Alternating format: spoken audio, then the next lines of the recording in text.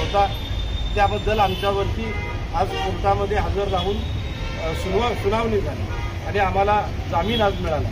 निश्चितपणे यासाठी माझ्या कर्नाटकच्या ज्या बांधवांनी सहकार्य केलं, त्यात रमाकांतदादा पुलिसकर असतील, आदरणीय बंडा केळवडकर असतील किंवा आमचे आपटेकर साहेब किंवा अंकुश असतील, मी सर्वांचं मनापासून आभार मानतो।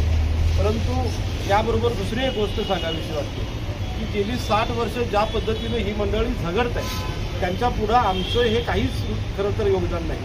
निश्चितपणे यांच्या खांद्याला खांद्या लावून आम्ही या सीमा प्रश्नासाठी भांडत राहू आणि म्हणून आम्ही सीमा भागामध्ये सगळे मराठी बांधव तुमच्या पाठीशी आहोत हे सांगण्यासाठीच आम्ही आलेलो होतो। भविष्यात सुद्धा या प्रश्नासाठी आम्ही सोबत राहू एवढं सांगतो मी सांगतो। जय महाराष्ट्र। ज्या पद्धतीनं महाराष्ट्र राज्यामध्ये गेल्या काही दिवसापासून शक्तीपीठ महामार्ग आंदोलन जोरात होत आहे, त्याचप्रमाणे दरवर्षी आपण पाहतोय की सीमावासियांचा जो कर्नाटक महाराष्ट्र सीमा प्रश्न आहे तो अनेक वर्ष आपला इथं गाजत आहे। 1 नोव्हेंबरला फक्त घोषणाबाजी करायची आणि हा प्रश्न सुटला पाहिजेत इथपर्यंत फक्त आंदोलन नाही आहे, तर ही आंदोलनं जेव्हा वेगळं व्यापक रूप धारण करतात त्यावेळेला काय होतं हे आज आपण पाहतोय की 2016 साली जेव्हा असंच हे आंदोलन झालं आणि त्या आंदोलनामध्ये कर्नाटक शासनानं आमच्यावरती गुन्हे दाखल केले, तेव्हापासून आज तागायत ही कर्नाटकच्या कोर्टामध्ये, बेळगावच्या कोर्टामध्ये केस चालू आहे। तसं पाहिलं तर